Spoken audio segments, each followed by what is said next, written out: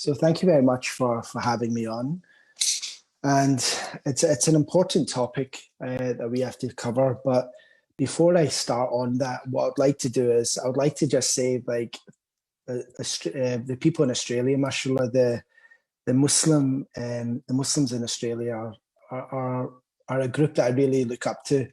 There's so much inspiration that comes out of Australia for me personally. I mean, over the years, on Maghreb Institute Australia, they do an amazing amount of work. We have Talk Islam Media, which is, mashallah, they're a huge organization. They've got 2 million people on Facebook. We have One for Kids organization, and they've produced amazing animation since 2006. We have, mashallah, Muhammad Ibrahim, who's from Australia, who's got this fantastic The Aware Academy, which is a global educational platform, basically aiming to raise awareness about the harmful impacts of pornography and irresponsible media. We have, mashallah, people like amazing counselors like Muhammad Rima. We have, mashallah, amazing life coaches like Sister Kalisha Bennett, and there's so many other amazing individuals from Australia, which I really do look up to. And the last time I was in Australia with my wife, it's one thing that I sort of like took back when I came back to the US was the Dawah scene in Australia is, mashallah, it's always pushing forward. I mean, Talk Islam in itself, I mean, mashallah, they do so much amazing work, and there's so many other organizations and individuals in Australia that are really spearheading Dawah. So I just want to thank all of you for being such an amazing group of individuals down in Oz, as they say. But look, today's talk, obviously, it's quite a deep topic. Obviously, we're talking about the courting dilemmas, emotional attachments, red flags, and really in the pre sort of like courting stages, what red flags to look out for. There's many things that I want to get into, and obviously time is limited. So what I would really like is all the folks that are sort of like joining in from wherever you are in the world. If I can ask you just to have something that you can write on, whether that's your laptop, an iPad, or your phone, or notepad and pen, just because I'm going to throw out some stuff, and I really want all of you folks to sort of like take as much advantage as possible and just take as many notes as possible as well. And inshallah, hopefully in the questions section, if there's any sort of like pressing questions, inshallah, you can fire them in via Facebook or Zoom, and I'll try my best to answer as many as I can. If not, inshallah, we'll try to get some answered afterwards and then put up on the event on this Facebook events page. So look, I want to start off by basically saying that I'm going to tackle this entire issue of the courting, dating, so like the Muslim courting dating scene, what's happening on the grassroots level. I mean, this is what I do day and night. I'm dealing with individuals, couples, families from all over the world when it comes to specific sort of like relationship issues. And my background now and specialization in relationships has allowed me to not just access and sit with some real sort of like key figures around the world, both Muslim and non-Muslim, but allows me to sort of like understand the grassroots problems of what's happening within our community as Muslims. And so everything I'm going to be discussing today is from a faith-based perspective. And so let me just actually I'll start off by reading you a message, one of like, I get so many messages, and I just want to give you a little flavor of the types of things that are going on in this day and age within the Muslim community, whether you're in Malaysia, Australia, the US, UK, mainland Europe, even places in Africa and the Middle East. The problems for me now, sitting back and being able to analyze it, speak to clients from various parts of the world, there's a lot of patterns that I see, and not just myself, fellow coaches, therapists, counselors. I mean, whenever I get the chance, I sit down and I speak to fellow academics within this field. And it's funny, especially I'm talking about from a Muslim background, and they all say the same thing. There seems to be a disconnect between what is happening actually grassroots on the ground and what's happening sort of like within our community when it comes to some of our community leaders and people in position where they can sort of like give advice and sort of like move things forward, whether that's in the minbar during khutbah, or whether that's an imam or a sheikh or scholar. I mean, please don't get me wrong, there's some amazing work being done by our shuyukh, our ulama. May Allah preserve them all, increase them all in rank. But sometimes I feel that some of the things that myself and other fellow coaches and therapists have to deal with, there is a slight disconnect between what's happening on the ground on a day-to-day basis and what's actually being taught or advised to individuals, couples who get stuck into some really dark situations when it comes to anything to do with relationships. So look, let me just start off, Bismillah. So here's a message I just got, believe it or not, literally about 40 minutes before this session started. I got this message saying, brother, please cover the struggles of finding someone to marry who is sincere, genuine, who they say they are. I, like many divorcees, have been finding the whole process. And she's gone on to mention a plethora of different Muslim matrimonial websites. And she's gone on to say it's a total nightmare for me. It's honestly so debilitating, especially when you're treating the whole process with Allah at the forefront and maintaining integrity and truthfulness, and the other person doesn't. So many practicing players on there, subhanallah. And that last bit I want you to sort of like take heed of. We're talking about people who are practicing and non-practicing, but this sister has said that there's so many practicing players on there. So that's something I want to tackle a little bit further on and discuss, both from the practicing and non-practicing sort of like element and what's actually happening at grassroots level. And then the message continues. This month alone has been a nightmare. Meet one guy in person who basically told me I would need to compromise on my Islamic values in relation to physical contact. Of course, that did not go any further. Another one who I blocked today was basically shady, wanting to marry me only days into communication commencing. It is really a struggle, and being completely honest, while I feel like I am in my prime, there's a general idea amongst our brothers that marrying someone around my age, 43, who is a divorcee means we are desperate. I am more together as a person than I've ever been in my entire life. All praise be to Allah. I cannot tell you how much this whole situation can feel like at times. I just remind myself that Allah Azza wa Jal must have something really special planned for me, inshallah. But what about those whose Iman suffers through this test? I really pray Allah makes it easy for us all. Ameen. So I wanted to sort of like give you a flavor. And obviously, I mean, it's not just, I'm getting messages from families regarding similar situation, brothers. And I mean, I had a brother recently who he was like on the state of like a nervous breakdown because of what happened to him during the courting period. So it's not just happening to the sisters, it's happening to brothers, and even sometimes happens to collective families. I mean, there's whole issues that spring up.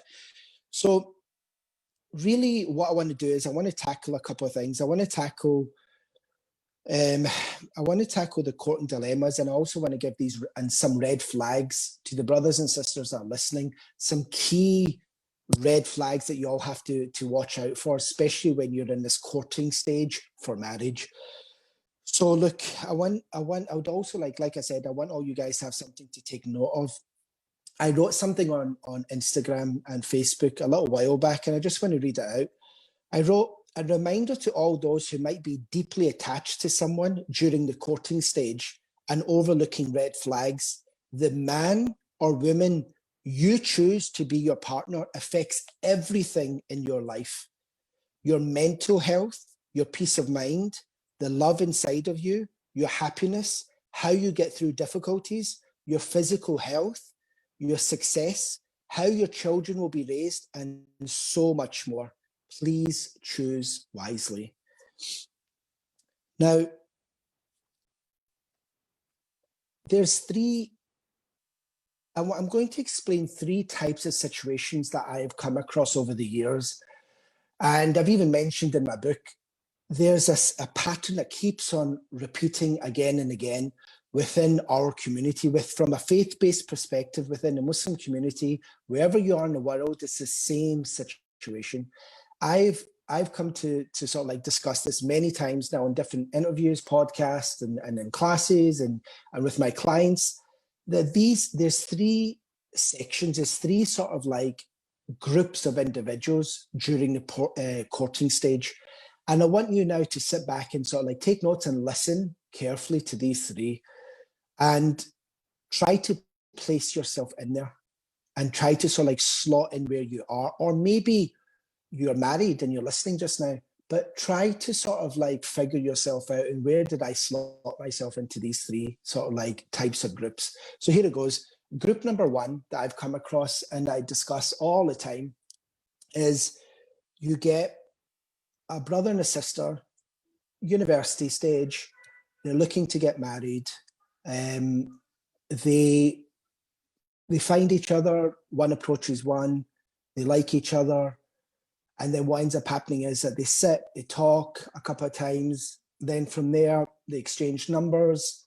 And then from exchanging numbers, they're on they obviously connect via social media. And then what ends up happening is that they start to build up this rapport. And what ends up happening is they start to develop a deep, deep liking for each other. And what ends up happening is that slowly but surely, because boundaries are not kept, what ends up happening is this young brother, young sister, or even, I've seen this in all ages. I've even seen this with divorcees, but unfortunately, it's a pattern now.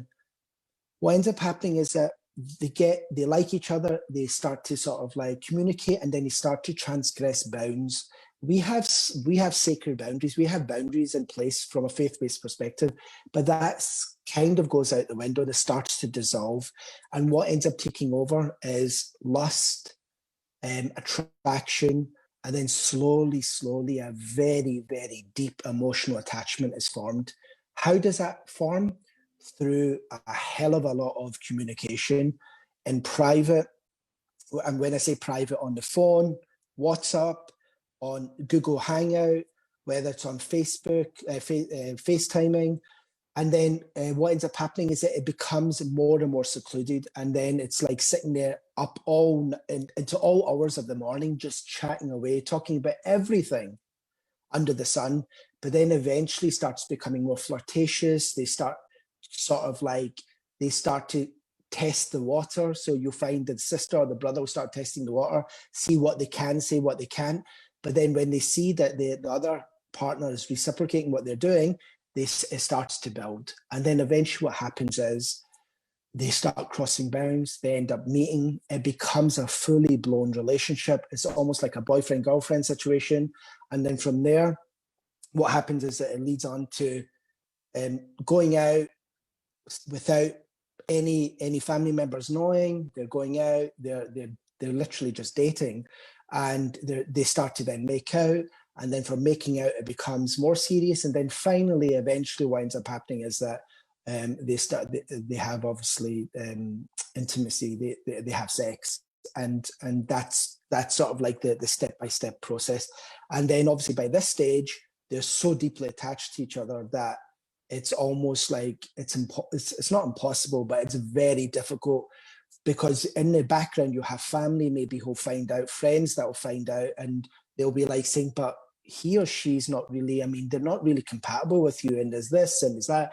And so people start to explain and give their suggestions or their opinions, or they might say, let's maybe slow it down, but they're completely involved now. And to the point where it's almost like this deep infatuation, and all they do is they think about the individual morning, afternoon, and night. They wake up thinking about them, they go to sleep waking about them, they're speaking all to each other throughout the night. It's some cases it's a first time experience of being physical with someone, and then that's what happens. So this is one couple who end up getting to a point where they just can't let go. They can't see any red flags. They can't see any compatibility issues because they're so engrossed in each other. So this is one group within our community that you find, and that I find all the time that I speak to. So here you go, there's one, okay? Then you have the second group, which is, again, young or old couple, but they end up same sort of like pattern.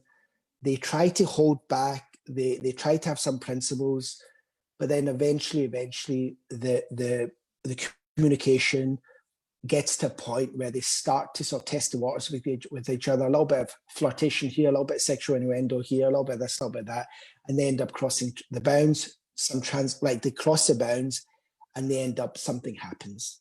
Okay, that's group 2. Okay, and I'm going to explain. Obviously, they sound similar, but I'm going to explain something in a minute. So as group 2, they end up falling into something that they never wanted to, but they end up getting there. And there's group 3, who are just 2 folks. They meet each other, they like each other, and the first thing that they do is that they get the families involved, and they have the foresight to understand that if I get my family members involved or relatives involved, it doesn't mean that that's it, we're getting married. It just means that I have the protection of my family, that I'm keeping it safe, that there's boundaries. If I'm going to Starbucks, or if I'm going to Costa, if I'm going somewhere to speak to this individual, this sister or this brother, I'm going to take my brother or my mom or my dad or someone. They don't have to sit with us, they can sit away, but there's a checking mechanism there. Whether we're talking alone or we're talking on the phone, whether it's a Zoom call or whatever it is, it's where there's other folks. So they play it safe. They do it according to the boundaries and principles. Now look at this, yeah. What I've come to gauge is that over the years, myself and other colleagues have realized that group 1, when they're completely infatuated with each other, they've crossed all boundaries. When it comes to them getting married, they will go to the extent of twisting and forcing their family, friends, relatives to listen to them by any means necessary. And if not, they will hold them literally by the neck and say, this is the one I want to marry. Don't. And some of the language I've even heard that people have actually come to because they're in love or they're so emotionally attached, they're like almost like they'll challenge their families, and they'll be, how effing dare you like think like about this, about her, about this, about, and don't you say this? And like literally it gets to that.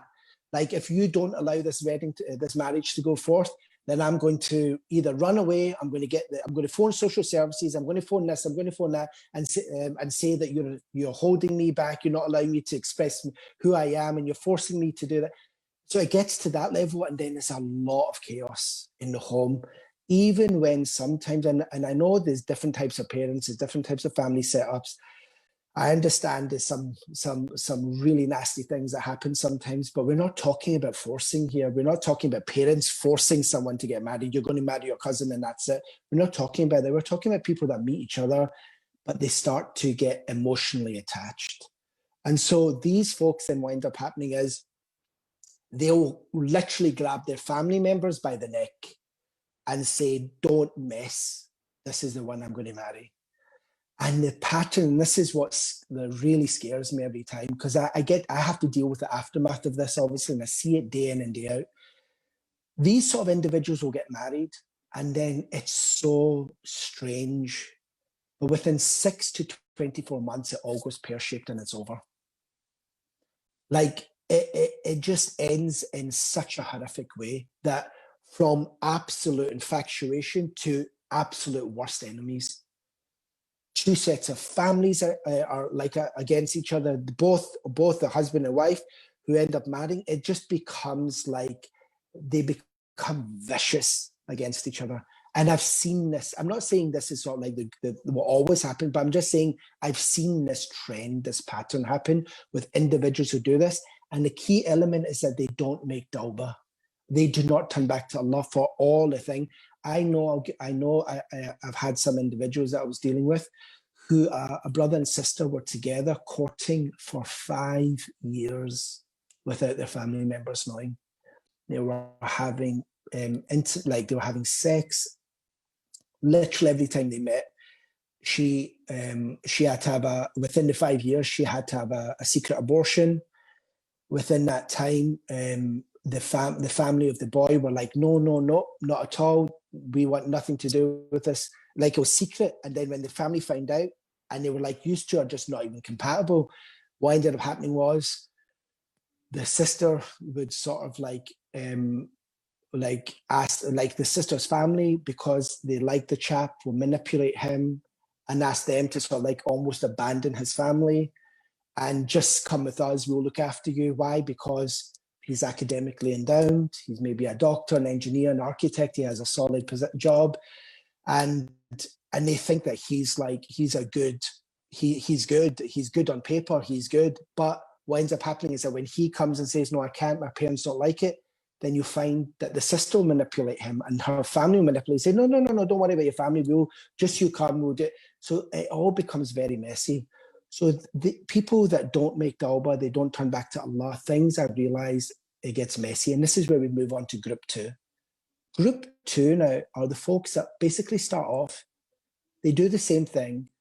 They might have slipped up. They might have ended up talking online. They might end up, like the brother will be saying, look, can you show me take off your hijab? Can you take off this clothing? Can you take off that? And after 6 months of talking, she's like, okay, I'm going to marry this guy anyway. She's revealing herself, or they're having online flirtatious intimacy online. I mean, these are the things it gets to. But group two, these are people that end up quite quickly realizing that they've crossed bounds, they've transgressed bounds. And I've had couples that'll come to me and they've like literally in tears saying, we did this, we've crossed bounds and we've made tawbah, and tell me what to do. Like, I've made tawbah, I've done this and done that. And I'm like, look, as long as you've made tawbah, you don't go back to that sort of like sin, and you have solid boundaries up, get your families involved and start to move forward in a productive, empowering, halal way. Get yourselves together. And I've seen people who have fallen in the beginning, but then they've made sincere tawbah. And I mentioned this once before. I had actually a guy, this is obviously before COVID, who was so guilty of what happened and what he did, that he actually just went and booked himself a trip to Umrah. I mean, you don't have to do that, but you just making sincere tawbah is enough, and feeling guilty about it, not going back to that sin. But he did that, and the sister was so guilty that they really did make solid repentance. And now look, from part one, a lot of the times I've seen that they go pear-shaped. That group that do that sort of have that dynamic, it goes pear-shaped. Group two, it might not be smooth sailing, it might not be sort of like, but they have the teething issues as every marriage does, but it doesn't go drastically insane. It's not psychotic. It's like they're not complete enemies. It's like they get over it, they start, and mashallah, things pan out. This is a sort of trend I've seen. It's not straight sailing, but things pan out, mashallah, and they make tawbah and they move forward, and they have full family support, and they move and they do it. The third group, like I mentioned here, the people that play it safe. They hold themselves accountable. They stick to the boundaries, and alhamdulillah, they move forward knowing that they're not getting themselves into any problems, meaning they have some level of sort of like, okay, I'm talking to him or I'm talking to her alone, and I'm actually starting to feel something here. I'm actually starting to get really, really attracted to this guy or this girl, and I'm starting to develop feelings. But hold on, like I need to get family involved in it. And it's like they think like this. And that's what they do. They stick to the boundaries and they move forward. And then like a lot of my clients will say, they'll have 5, 6, 10, 15, 20 meetings, but they have it with principles and boundaries. And what ends up happening is they get married and bismillah, they move forward. So these are the sort of like the 3 types of courting dilemmas that I have realized over the years. And something that I want you guys to be aware of is that don't fall into this. Don't fall into these brackets. The only bracket you should really be falling into is bracket 3. It's this group of individuals that you have enough sort of like awareness, God consciousness, that and self-respect, that you know your stance, that you know exactly where you stand, and where you feel that there might be a little bit that you're feeling and you're starting, you hold back and you keep yourself, you have checking mechanisms on yourself to move forward. And like I mentioned in the beginning, like I read a couple of the messages, these, like the sister had boundaries, she had stuff set. And so whereas she mentioned in the end, if someone doesn't have boundaries and they fall into these things, then like what's there to protect them. And this is where, unfortunately, myself now and many other coaches and psychologists and therapists and psychotherapists all over the world, like myself as a relationship coach, I am dealing with a lot of the aftermath of a lot of shattered hearts. There's a lot, because when people don't do things according to some principle, and they don't have boundaries, and they don't sort of like, they're not aware of red flags and boundaries, and they don't have a certain level of standard that they keep, what ends up happening is there's a lot of shattered hearts, both men and women.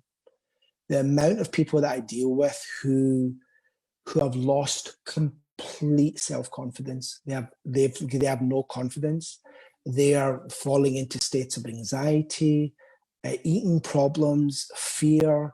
They have, was it even falling into sort of like starting to have panic attacks and all these sort of like issues that start happening.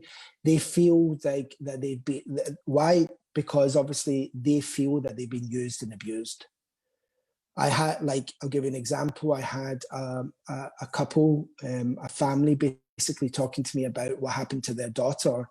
And she was just a young, mashallah, practicing Muslim sister, going to university. She saw someone that she liked and thought, this is mashallah, seems like someone that's decent. He's practicing. And all these, like, he seems like just a decent, genuine guy. So she likes him. She speaks to her mum about him. And then what ends up happening is, in university, they go, they sit, they talk a few times, and it sort of like moves on. And what he does is that he manipulates her in a way where he asks her, like, he basically shows her that he's all about marriage. He wants to get married to her. But then what ends up happening is it's almost like a predatory sort of like, I need to win. I need to get what I want. And this sort of like predatory nature. And when a young sister is sort of like put into this position where she thinks, this guy could potentially be my husband, he's promising me that he wants to like meet with my family, he wants to do this, he's got long-term goals and aspirations of getting married to me. Then when that brother, after a few weeks or months, starts to make requests, then what ends up happening is that you end up thinking that I need to fulfill this request so that he knows that I'm serious as well. Like, your mind starts to play games on you because you've become attached, emotionally attached. And so what ended up happening was that with this individual, she ended up going out for a drive and he wanted to talk, and then eventually he made a pass and he tried to kiss her. And when she declined, saying no, what ended up happening was that he apologized, and then a few weeks later he tried again, and then he's like I'm not getting what I want here. And then he starts to date her best friend behind her back. And with that, she fell into serious depression, and she felt that she was violated. She felt that her heart was broken because of the trust. He broke her trust. And then these are just little examples of things that are happening all the time. And so, again, on the other side, just to give you guys a different perspective, from a guy's perspective, there's, like I mentioned earlier on, there's a brother who ends up getting manipulated by the sister because she actually wants him for herself, and she manipulates him and then asks him to transgress bounds. So look, from both ends, you're going to have these sort of situations. And the reality is that I need everyone to understand that the most important thing that we have is our boundaries, and to be able to understand red flags, and to be able to hold ourselves back and keep specific boundaries there. And what I really want to do now is I want all of you guys to write down some of these boundaries. I've made a list of them. I'm just going to read them out. So I strongly advise all young couples going through the courting stage for marriage to never ignore the red flags in the beginning, or there'll be the same reason it all ends, okay? Never ignore the red flags in the beginning, or there'll be the same reason it all ends. So here are my top 12 key relational red flags to look out for during the courting session from a faith-based perspective. And I put this up a year ago, on my social media. So I'm just basically just reading off. So number one of the red flags that you should look out for is that the individual does not, from a faith-based perspective, he does not pray, and he or she, so does not pray, and he or she lacks religiosity. Okay. Number two, lack of communication. Okay. Number three, irresponsible, immature, and unpredictable. If you start seeing these things, okay, that's a red flag. Number four, lack of trust. There's like when you meet with your family or whatever the situation is, there's just a vibe that's not right. It's like you don't trust what he or she is saying. Number five, a red flag is significant family and friends don't like your potential partner. Believe it or not, you might be not seeing things that other family members or friends are seeing. And if you're ever in that situation where there's a significant amount of family and friends saying that, that's actually a red flag to keep an eye out for. Number six, addiction issues, pornography, for instance, drugs. These are things that obviously, these are questions that you have to discuss, especially in the courting stage. There's some fundamental questions that you have to ask. And so one of them is regarding pornography, which is a huge issue just now. A huge issue within the Muslim community. And the amount of clients that I'm dealing with whose marriages are literally just crumbling because of this addiction. And it's saddening. It's extremely sad to see, but these are things that have to be discussed before marriage. And a lot of these things are hidden, unfortunately. Number seven is controlling behavior. If you see controlling behavior during the sort of like the courting stage, know that that's a red flag. Number eight is feeling insecure in the relationship. So if you feel or sense like this individual seems to be very insecure, then understand that that's a red flag. Number nine, a dark or secretive past. Okay, a dark or secretive past. And number 10, a non-resolution of past relationships. Okay, the amount, I can't explain to you the amount of people that get married and then a year or two down the road, either the wife is back in contact with an ex, or the husband is back in contact with someone. Why? Because there's no resolution. There's not been an actual ending to past things. So if there's non-resolution of past relationships, it can come back and bite you. So you need to be able to be upfront and frank enough to discuss these things in the courting stage. The last two, number 11, the relationship is built on the need to feel needed. Okay. So if you feel that someone is just extremely needy and you feel like that relationship is just like that courting stage, it's almost like it's overbearing.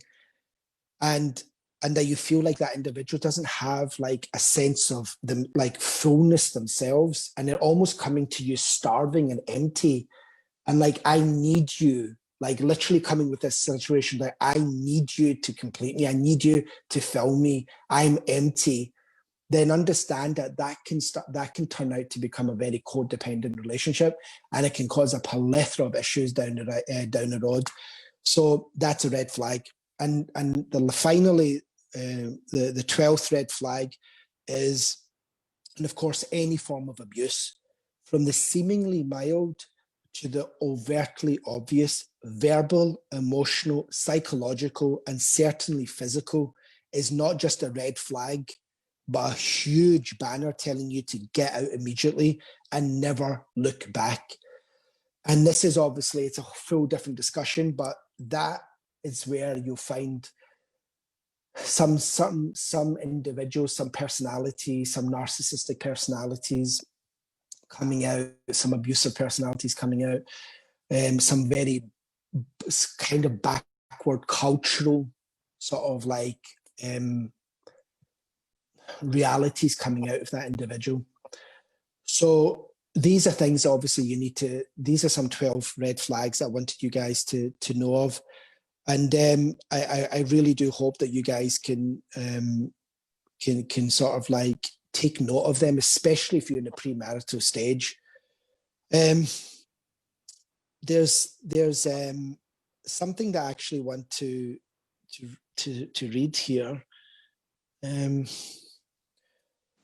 That for any couple that are involved just now and you are emotionally attached, okay, and you've kind of started to cross boundaries, I need you to understand that, especially when you come to the sweet talkers, the chit chatters, you need to be very, very careful, because we unfortunately have a lot of situation. Like I deal a lot with people coming back to me saying like, oh my God, this person played me just through his words. He was such a chit chatter. He was so sweet.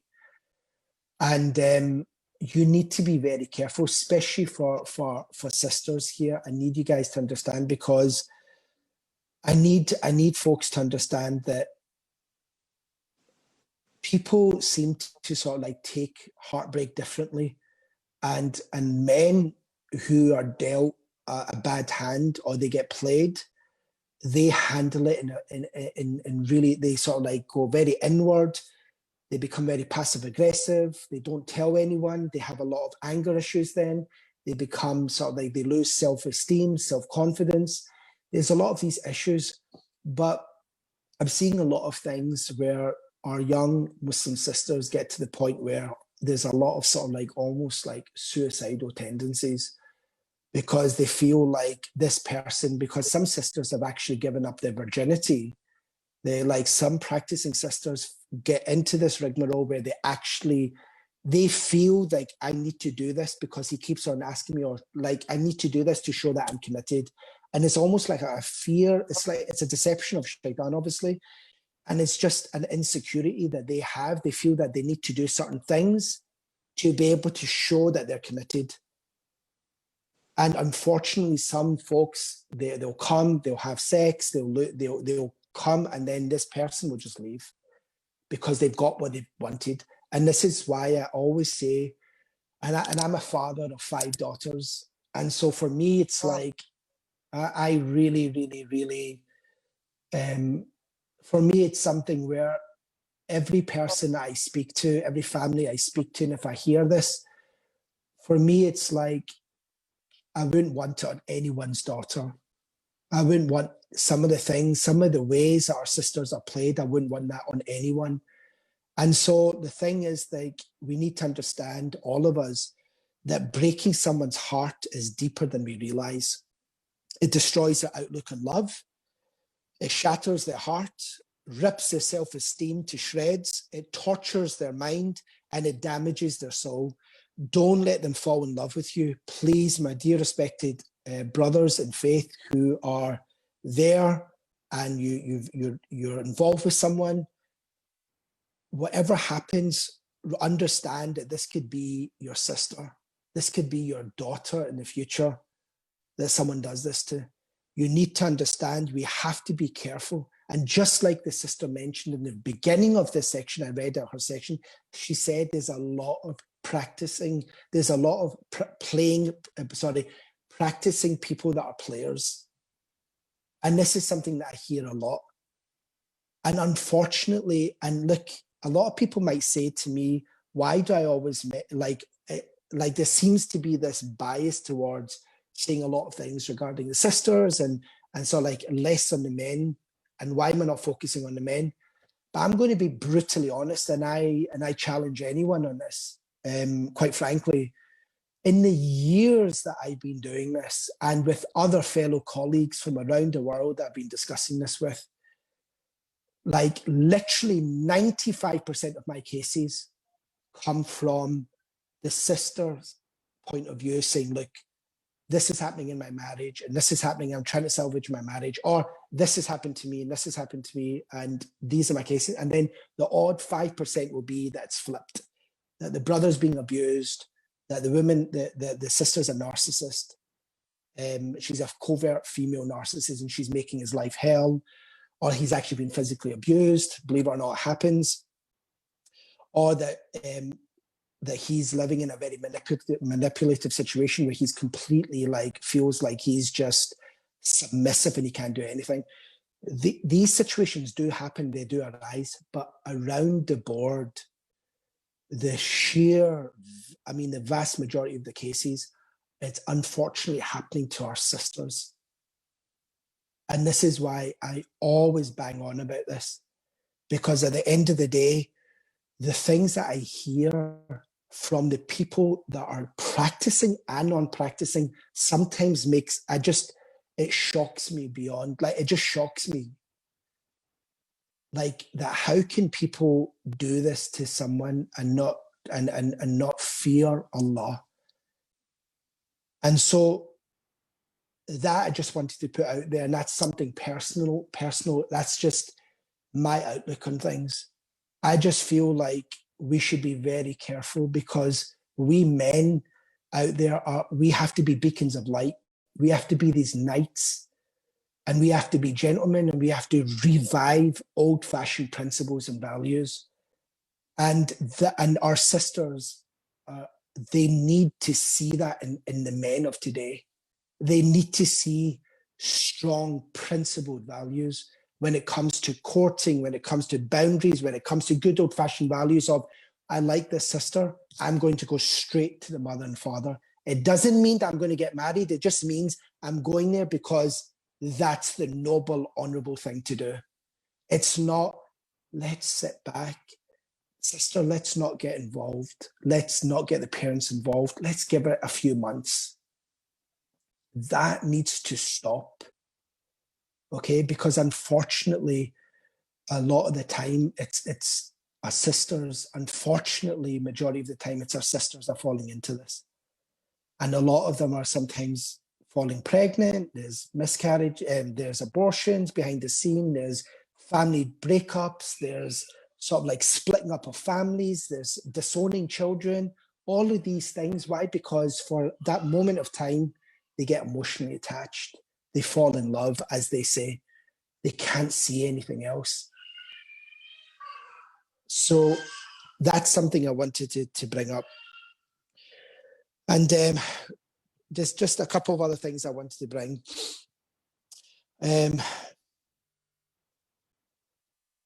So sisters, there's very important. Sisters, I would like you all to understand one thing, that one of the most important questions I get asked all the time is, if I'm dealing with a chit-chatter, or if I'm dealing with a sweet talker, how do I do it? Especially if they have the gift of the gab and I'm falling for it. The reality is that you just do not lower your standards. Keep your standards very, very high. And I spoke to a non-Muslim relationship specialist regarding this. And one of the things that he said, which shocked me, was like he goes around teaching. This is not from a faith-based perspective. This is a non-Muslim.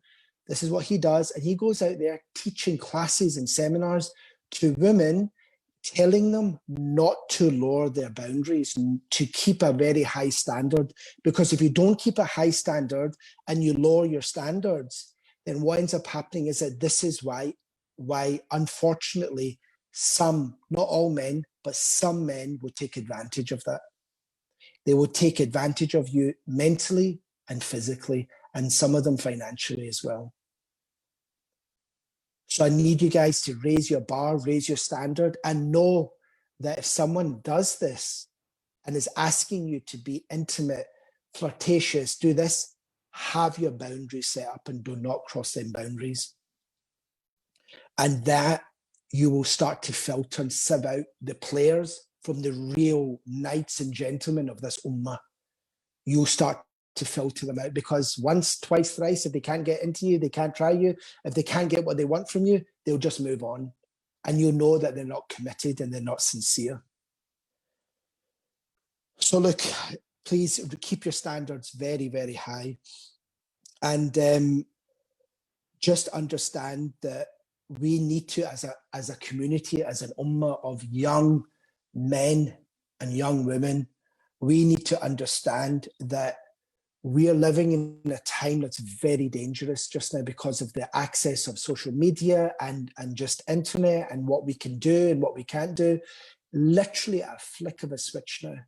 And I was speaking to a brother about this, who one of my clients, and he was telling me that one of the reasons that he goes from sister to sister, sister to sister, promising, breaking the promise, promising, breaking the promise. Why does he do that? Because he feels like, why does he need to get married? Because he feels like at the tip of his fingers, he'll go onto some app, swipe right or swipe left, and if he wants, he can have sex that night. If he wants, he can have a laugh that night. And because he's bored, or because he just wants to go out with the lads, and then after that, he feels a little bit horny. And it's like literally at a click of a finger, people can do that nowadays.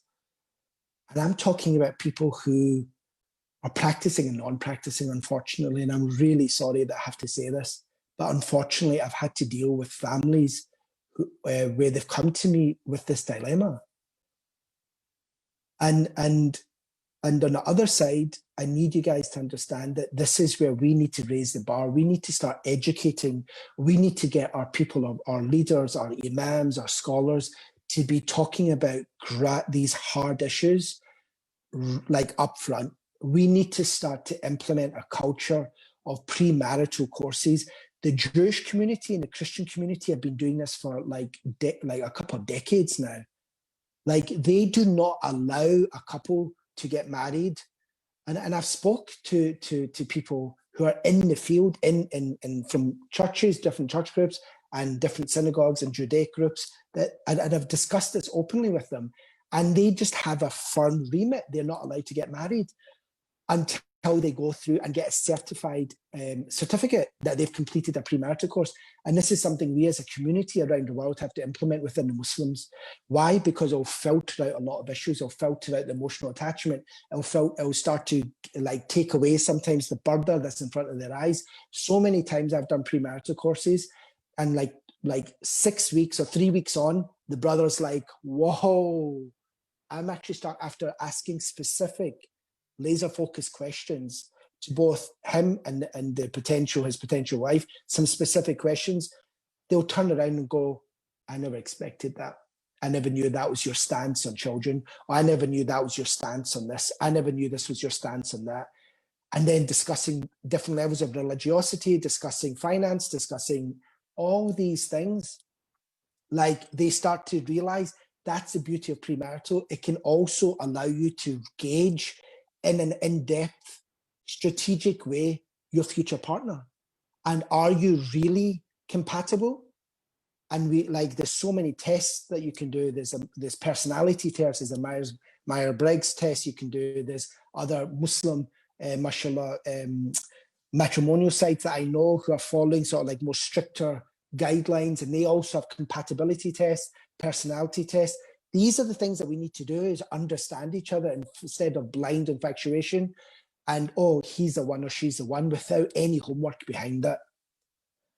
So we need to raise our bar, raise our standards, and get back to something which was good old-fashioned values. A lot of people in this day and age will be like, you're backward and you're old. What do you mean we can't go out ourselves and just sit by ourselves and get to know each other for a few months? And this, look, I'm not saying that every person that does that, they're going to go and fall into a ditch and they're going to start to commit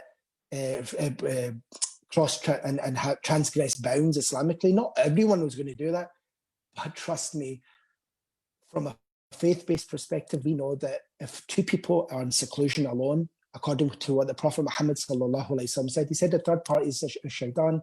You will be tempted. It will be much more difficult for you to stay back and not fall into the pitfalls and traps. We need to be able to have a healthy understanding, a healthy and a balance, and empower ourselves with some basic old-fashioned faith-based principles. And trust me, you will save yourself a lot of heartache. The amount of families that I see that break up because of this issue, then they end up going to court. It's nasty divorces. They lose children. Why? Because they were infatuated with each other. They never saw the red flags. A couple of years, 3 years, 4 years, 5 years down the line, you're like, who the hell is he? Who the hell is she? I want out of this. and you're like this and you're like that, you've done nothing for me, I'm taking the kids. And then it becomes a war about kids, and they weaponize the kids against each other, and then it falls into parental alienation. And that's child abuse in itself. These are some of the things that actually happen on the grassroots level. This is what's happening in our communities. So why not save ourselves a lot of heartache by empowering ourselves as a community, going to coaches, therapists, getting premarital coaches, getting therapy sessions, understanding yourself before you get married.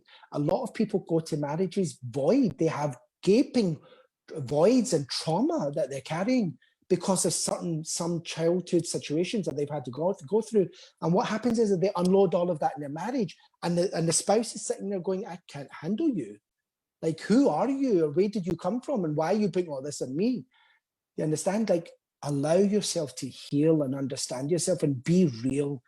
And something that a sheikh actually mentioned to me not too long ago, and something that absolutely floored me when I first heard this, and I think I might just sort of like end on that, is, and then we'll go to some Q&A, is he said to me that in this day and age, he said, yes, there's a lot of young brothers and sisters who are experimenting. They are in high school or secondary school, if you're in the UK, who are experimenting. They do end up getting a girlfriend. They do end up having a boyfriend. They kiss for the first time, and some of them go forward. Some of them are having sex, and some of them are dating, and some people are doing that within the Muslim community. There's no doubt about that. But the reality is that there are a lot of people who are raised in Muslim homes that are shy, and they've been raised with Islamic principles, and they're afraid. They don't do these things when they're in primary school or secondary school. And even though they're watching their friends at the age of 14 actually like have girlfriend, boyfriend situations. I mean, when I was in school, my best friend had, his first sexual encounter when he was 13. And this is my best friend. And he's non-Muslim, but that's just, and like, he'll take his girlfriends, and like as the years, as we were growing, he would like, his mom and dad would be like, oh, so how's Jennifer, or how's Laura? And one year it's like he's solid with someone. It's like, it's normal. It's almost normalized. But for Muslims, it's like a identity crisis, because they're growing up in these schools and the environment, and they want to do that. They see what's happening at uni. But the sheikh said that they still have this moral compass in them. And so what ends up happening is that they'll go, some of them, and this is unfortunately something that happens a lot in university, a lot of Muslim brothers and sisters will go through primary school, high school, secondary school, college even, and get into university, and they've actually not had a girlfriend or boyfriend.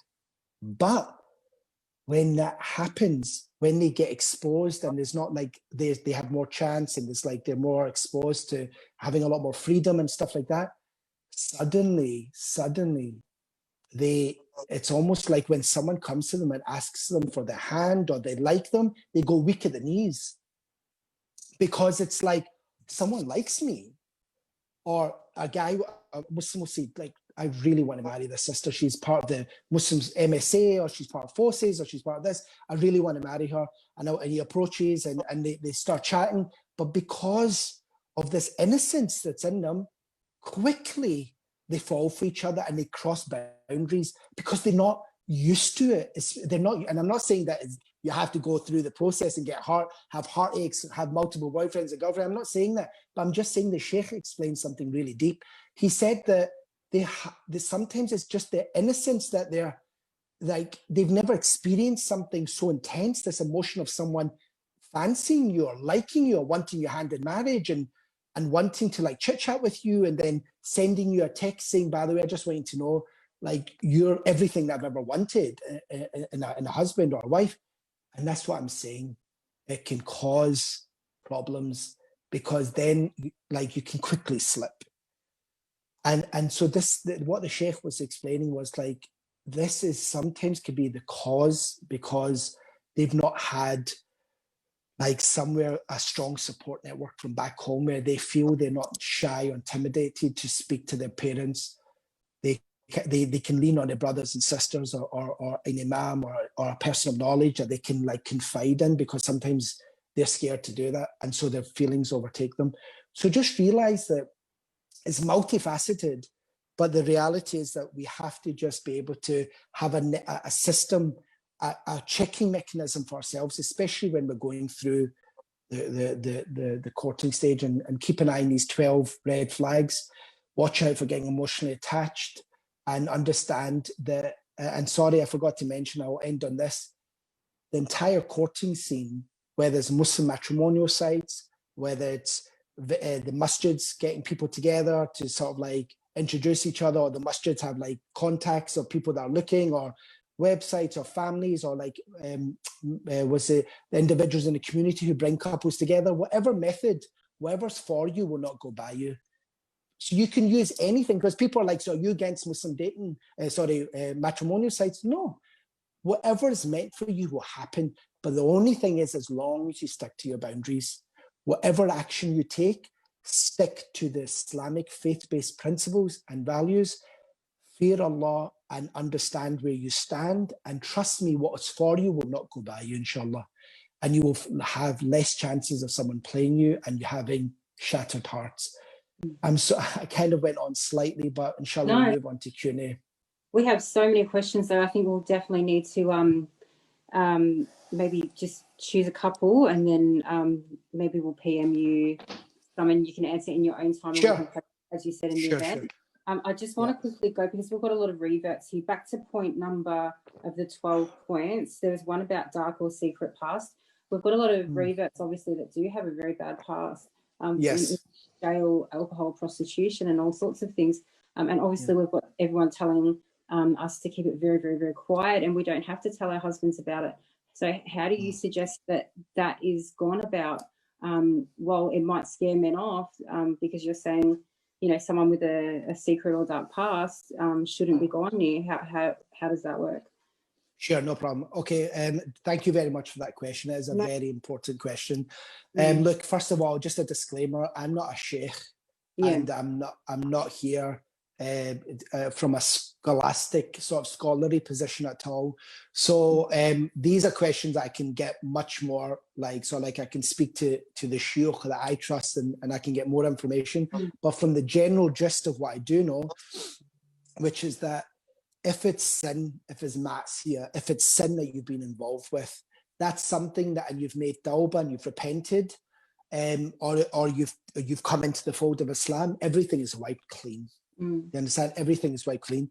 What I'm referring to is, if, for instance, you have a child now, let's just say you have a child, because I deal with this from time to time. I deal with these situations where I'll have a couple on, and the wife is saying, like, my husband kept it from me that back in the day, he had a relationship with this non-Muslim. She fell pregnant, and he never told me about it. But just because she was staying in a different country or different city, he never told me, because he doesn't have any communication or any link with her anyway. And the mum is not giving access to the child. So he's like, he keeps it quiet. But what ended up happening was that daughter, she was like 17 or 18, turned back and said, I want to find my biological father. And that took, and remember, and another thing was that he did say to her in the beginning, when they met, that he's never been with anyone. So there was a bit of deception there. He did say, like, you're my first, you're this, you're that. And then obviously, and when she specifically asked, you haven't got any, because she was actually someone that asked him, do you have any children, or what's your, or this or that? And he said, no. Do you understand? So that's like an example of what I'm trying to say. Yeah. So I think maybe it's good to just say, look, I've got a past, but we're not going to go into it. Islamically, I don't need to do it. I'm not going to disclose my sins, and you shouldn't ask either. Yes. You know, if it's something you or your family are not comfortable with, because, you know, as you said, we need to get along with the family. If it's something they're not comfortable with, maybe just leave, and maybe that brother's not for you. All right, we'll move on to another question. There seems to be a great need to get to know someone longer these days. What tips can you provide to get to know someone safely in line with Islamic principles? So I think that some people are really comfortable with a long engagement, and others want that nikah done straight away. Others are very comfortable with the engagement and not consummating, or no, so doing the nikah but not consummating it till many months later, till the legal marriage is done. What's your opinion on that? Okay, so there's a couple of things that you're mentioning there. So like the first thing is that when it comes to like the so-called engagement sort of stage, which we know is it's something that we don't really have, like, which is engagement in that sense, yeah. But the courting stage, how long should it last? Some people know until one is spread out over months, and sometimes even, believe it or not, years, until they feel comfortable enough or that they know that the person. This is actually it's very, very dangerous grounds, because you need to be able to, as two mature adults, you need to be able to have some sort of ultimatum and boundary of our time scale when it comes to like getting married, because you're trying to mitigate anything happening that shouldn't be happening. Do you understand? You don't want to fall into like shady or grey matters within that period of time, especially if you're drawing it out and you're talking more and more and you're becoming more and more vulnerable with each other, and you're talking about deep, maybe personal things. And that's a very quick recipe to falling in love, or not in love, so like forming a deep attachment. So what I would say is have some boundaries and say, look, we're going to do this. We're going to give each other 12 weeks, 24 weeks, but we're going to like really like get everything out there, whatever we need to discuss with our family, with our like together, with a wali or third party, someone there, but we're going to ask each other everything that we need to ask. We're going to talk about marriage. We're going to talk about levels of religiosity. We're going to be talking about your expectations of intimacy. We're going to be talking about children in the future. We're going to be talking about finances. We're going to discuss everything under the sun, but we're going to give ourselves this amount of time. And by this stage, it's either Bismillah, let's go with this. You understand? Or I don't think so. You understand? And a lot of the time, believe it or not, a little bit of like a third party intervention, like a relationship specialist or someone in that, could maybe even sort of like direct you both to be able to ask some key questions that you might be missing out on, especially if this is your first time, especially if it's your first rodeo. It's like you've not been married before and you might be a little bit nervous, etc. Yeah, absolutely. And, just having that official conversations might scare a lot of bad brothers off as well, So let's roll up some questions. Or bad sisters. Yeah, or bad sisters. Sorry, forgive me. Yeah. So, look, there's actually a lot of questions here. Okay, fire away, inshallah.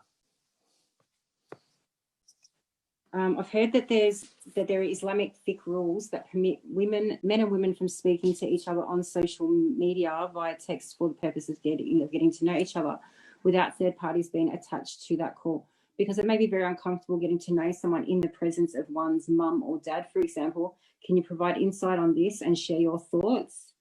And someone else further on went to say, well, how do you get to know someone well enough then if you're not having chit-chatting with them? Okay, look, I'm a realist. I'm not gonna sit here. I know I'm not gonna spin around and sort of like act and say that everything has to be absolutely like in this pattern. It has to be like this. We're human beings. We're emotional beings. The reality is that we just need to keep ourselves in check. We need to have a checking mechanism upon us so that we do not deceive ourselves. Because believe you or me, chit-chatters and people like this that you meet on the front lines, they can very quickly spin you. They can spin your heart and your mind. So what I'm saying is that, look, if you're going to speak to someone on the phone, on WhatsApp or whatever it is, Bismillah, go ahead. But what I'm saying is this, that the moment you lower your boundaries and you lower your sort of like standards, it's a slippery slope down. And especially in this day and age where everything's over-sexualized, it's hyper-sexualized, everything. And especially if you have the younger generation, where, believe it or not, the younger generation, it's almost like bread and butter, that you need to be able to do certain things, you need to be able to communicate in a certain way to be able to understand and build a bond and get very close with each other. If you're going to be speaking to someone, because I'm dealing with the aftermaths of so many different people from so many different walks of life, I'm just going to say, look, be real, but at the same time, if you're going to be on WhatsApp or texting someone, have a group formed and just like ask the questions. If you're going to be shy to ask something that you don't want your mom, your dad, your brother, your sister, a relative, or someone that you trust to hear about, then you need to think twice about what you're asking. If it's something genuine, if it's a genuine concern and you want to ask someone about, like, look, I want to know your stance on pornography, for example, yeah, you can send that as a side question if you want to do it to protect something. Like if he's hinted to yourself, and if you want to have a deeper conversation on that, then yes, you can maybe sort of like go and say, look, what's your stance on this issue, and you can maybe do that. But generally, I would recommend that you guys always have someone in the background somewhere, because that checking mechanism it's a blessing for us to keep us safe from ourselves and from other people playing us and jumping upon our vulnerabilities. Okay, we've got a question that was PM'd to me. How important is the role of a family in someone's marriage if before marriage there is a lot of tension? I'm not married yet, but there's a lot of tension and bitterness and situations that happened between both sides of the parents, as well as between me and the guy's parents. I'm worried this will continue after the marriage. And I can't promise the guy I'm happy to forget everything that's happened. And you kind of get the picture, right? It's a long message. Yeah. That's a very, see that, I get stuff like that all the time. And that I can't do justice to that in a minute. That actually warrants a very a proper a session. Why? Because I need both of them on the phone.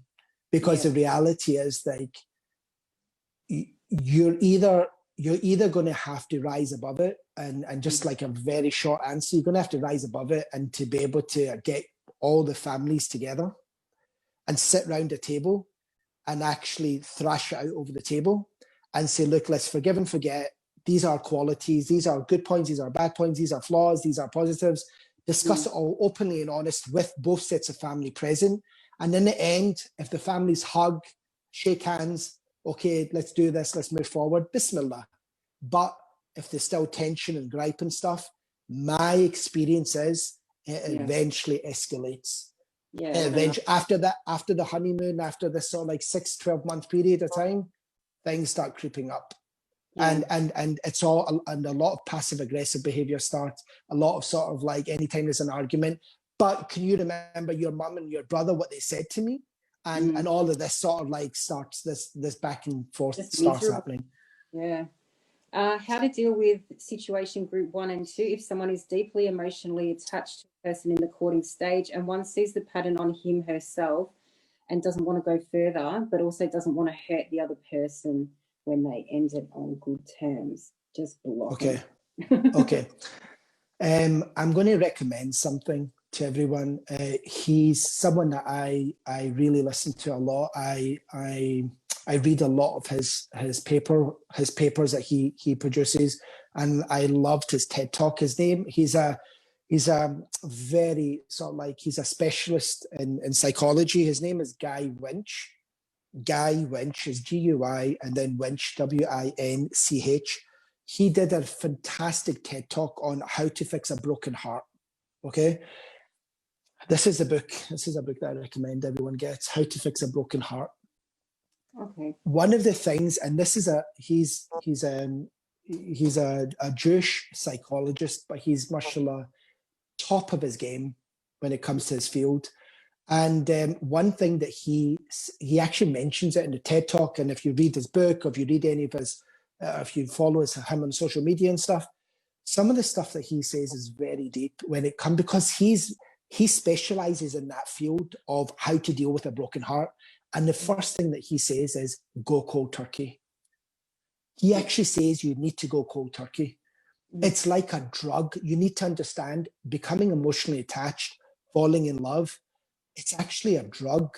And after tons of brain scans and with modern technology, he actually quotes how after going through so many brain scans, and even Professor John Gottman, who's the leading founder of, he's a founder of the Gottman Institute, one of the most leading was a relationship institutes in the world where they're studying relationship science. He says the same thing in his books and his published papers, that it's a drug.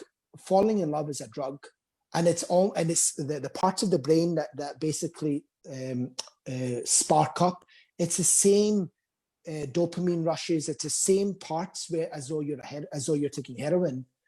I mean, it's that powerful. Being in love is it's an addictive drug.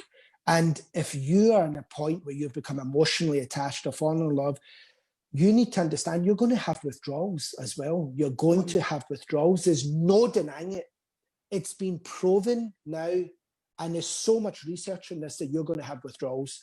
And one of the ways, and this is why I recommend this book or listen to his TED Talk, Professor Guy Winch and Professor John Gottman and Sue Johnson and many others out there, they all say the same thing, which is you need to be able to call it cold. Why? Because if you need to say it, say, look, this is not going to work. We're not compatible, or whatever you say, you put a block. And when I say a block, when your withdrawals start kicking, you need to block them from social media, WhatsApp, email, FaceTime, Google Chat, Twitter. You need to block them from every sphere. And once you block them, you're going to start the withdrawals. Trust me on this. You're going to be starting to twitch. You're going to be constantly reminiscing. You're going to start fading out all the bad, and you're going to start thinking of all the good things that you've ever done. That's your brain playing tricks on you. That's actually a chemical release, because it's your withdrawal. You're wanting to go back to that. You're forgetting all the bad, but you're wanting to. And this has also been in studies. It's research is why people who have got trauma bonds and stuff are have got especially with abusive partners or narcissistic partners, they develop a trauma bond. It's because of this sort of manipulation that's happening to them. And so what I'm saying is the only way to actually break free is to go cold turkey completely. And there's many other strategies and tools, but you can do research and read that. But like I said, one of the things that this top psychologist says is you need to cut access, stop everything, block, and then go through the healing process. And the healing process will be hard, but you will get through it. And understand one thing, that Allah is with you. And remember, you always have options. You always have options. Absolutely. When you leave something for knowing it's not going to essentially please Allah, Allah, He will, I promise you, will replace it with something better. Definitely. You'll be looking back at the other one going, what the hell? All right, on to the next one. Advice, brother. What about two individuals who are mature Muslims? One is divorced revert and the other is a widowed father. Both have met online, but due to COVID and travel ban, they can't meet up with Wally. And how can getting to know each other phase be halal when it's long distance and the sister is a revert living by herself? They don't want to rush into nikah just to make sure it's halal without actually knowing each other properly first. Of course, especially for divorcees and stuff, and brothers and sisters that have been divorced. Look, at the end of the day, I understand the situation. I'm obviously dealing with it a lot, and the reality is, in this day and age, with technology there, and we can get people on. Look at the Zoom call, for instance. We can actually come on a call. You can have people from all different places jump on, and you can sort of have a conversation. People that you trust, that is. But if you're feeling kind of shy, you want to talk about some stuff that might be deep, then the reality is that you just need to know that you have to have some form of checking mechanism, because if you don't, and this, I'm going to keep on saying this because myself and my colleagues deal with this so much. It's when you're vulnerable and you're in a vulnerable state, or you've been divorced before, you're multiple divorces, or if you have children and you're a single parent, and or you're a brother that's gone through a traumatic divorce, and your wife there's been infidelity and she's cheated on you, and you're kind of like in shock, and you're still healing yourself, and you're wanting to meet someone, but you have trust issues. There's so many things that you want to discuss and talk about your fears and aspirations. But the reality is that, look, no matter what angle you come from, you have to be mature enough, trusting enough in Allah, trusting enough in the boundaries. You just need to have a checking mechanism in place, whatever that is, but you need to keep yourself in check. And I'm telling you, if you do that, you'll filter away a lot of the nonsense that's out there. Yeah, it's an automatic filtering process. I think because the illusion of Western culture, you know, as you said, like, you know, people feel the need to get to know somebody, but this is actually an unhealthy attachment. It has blinded you. And I think that until you give it a go of, you know, getting to know each other in a properly halal manner, I know it stresses a lot of reverts and a lot of you know, Western culture people out, but I think once you give it a go, you'll find it's actually really, really beautiful. And you know, and just doing. Oh, actually, there's a question about istikhara and the difference. What the difference between istikhara and what's the other one when you're asking around about someone and you're asking your friends? What's that called? Hang on. Here we go. Well, it's like you're doing your due diligence in the community about that person. Istihara or istikhara? Istishara. Islamically, what should be done first? Istishara or istikhara? I didn't even know about the first one actually. I don't know the difference. I only know about istikhara, and the main thing is that istikhara is a lot of people have got a lot of myths about that and a lot of cultural sort of like understanding of istikhara. But istikhara is such a beautiful dua, and it's basically that you're just asking Allah for counsel. You're asking Him because He knows and you know not. Absolutely. And you're asking Allah to facilitate. And the thing about it, and just quickly for istikhara, is it doesn't mean that you don't know what to do, and then you make istikhara, and then you're going to get a dream or a sign on the road when you're driving, or you're going to get a special envelope. It's none of that stuff. Yeah, the reality is istikhara is that you've done your due diligence. Like, I'm going to repeat this: istikhara is when a Muslim does their due diligence on that aspect that he's wanting or inquiring about, or a job opportunity or a spouse. You do your due diligence on that person. After you've done your due diligence, you ask people of your own due diligence, you do your own research, then you ask people of knowledge or people around about you that you trust with knowledge, and then you put your trust in Allah and you say, Allah, I've done my due diligence. I'm thinking of doing this thing. I want to go down this route. You know, and I know not. Guide me to what's best. I need your counsel. And then what ends up happening is, if it's meant to be, the doors of rahmah, like the mercy, the doors will just open. The thing will be facilitated with ease. Like that thing that you want will happen with ease, and things will start moving forward. They'll be productive. I mean, things will be productive and empowering, and things will just move forward in that way. But if you start finding doors closing and things becoming more constricted and more difficult, and like that's kind of a sign like this is maybe not the right thing. Do you understand? So that's the thing about istikhara, and Allah knows best.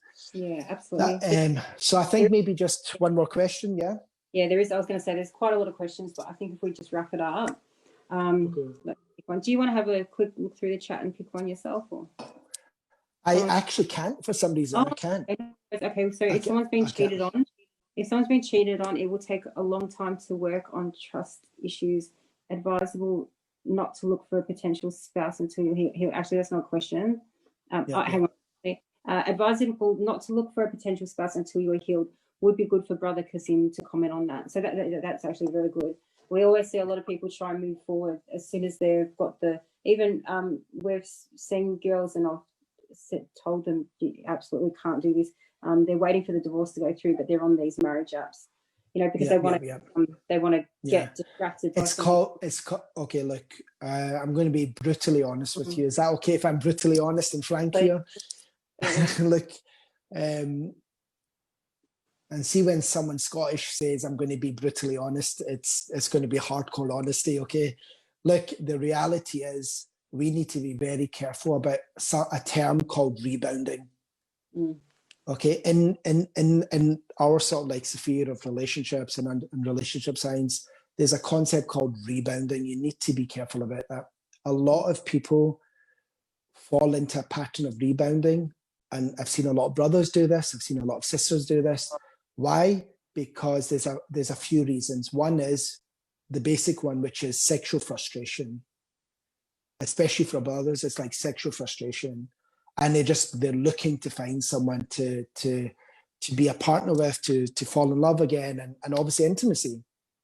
And again, with the sisters, it's the same thing. It could be sexual frustration. It could be just, again, wanting to feel needed, wanted to be validated, wanted to be told that you're special, you're this. That's enticing. That's a drug in itself. You understand? So there's many reasons, okay, that people rebound. And one of them can be loneliness. One of them can be because they're completely in despair. And they're in despair because of their state, their age.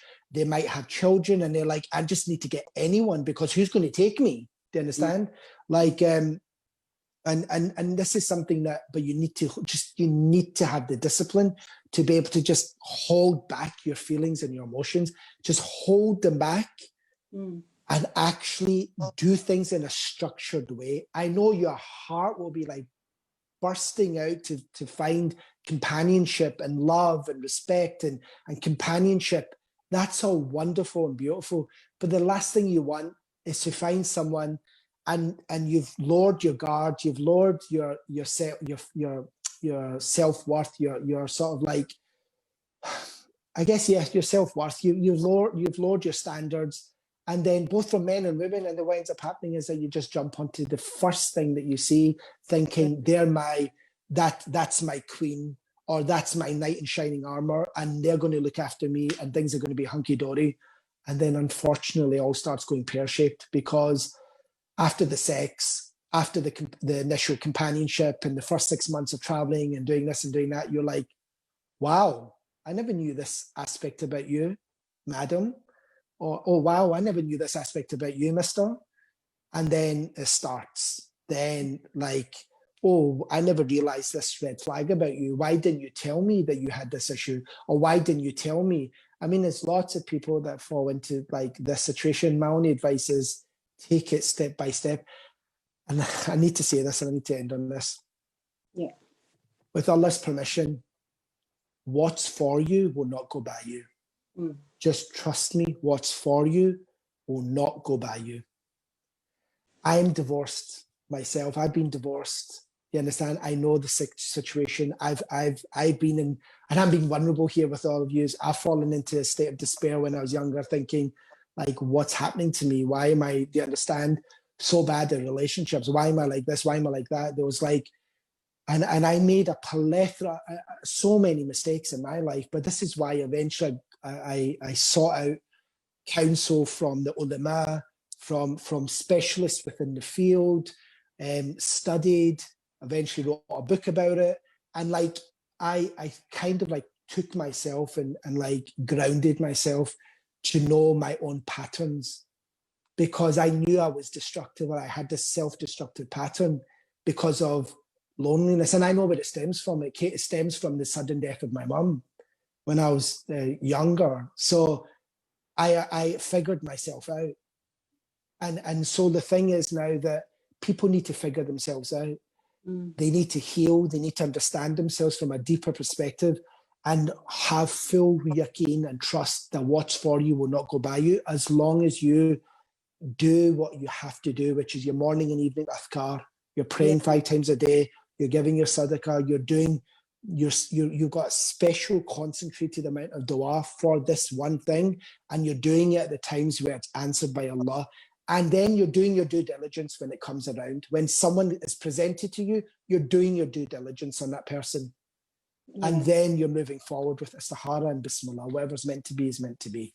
Jazakallah khairan. Yeah, jazakallah. Thank you so much. Thank you so much. I pray that benefited the brothers and sisters listening. Alhamdulillah. So I wanted you to share your book link with us, your there's a few things. Yeah, I can basically sum it all up. Everything is available on my website. So if you just jump onto my website, it's just my first name and my surname. So it's QasimRafique.com. That's it. Everything is on there. The links to my published book. There's viewing materials there with other specialists in the field of like narcissism and relationships. There's obviously everything about premarital, couples coaching, relationship coaching. There's coaching for men. There's coaching for families. All information is online. So it's www.QasimRafique.com. And obviously on there, or you can follow me on social media. I try my best to put up a lot of free, valuable content on a daily or like every second day. I try to put up a lot of stuff for brothers and sisters that they can have a lot of access to a lot of, inshallah, valuable content. And just obviously you can stay in touch with me. And you can, if I'm doing any other podcasts, any talks, any seminars, any lectures, inshallah, all the information is on there. Inshallah. Thank you so much to Melbourne Muslimahs, mashallah. May Allah reward all of you guys all of you sisters for your mashallah amazing effort. And the Australian Muslims on whole, mashallah, and for wherever you are in the world watching this, may Allah reward you. And thank you for listening.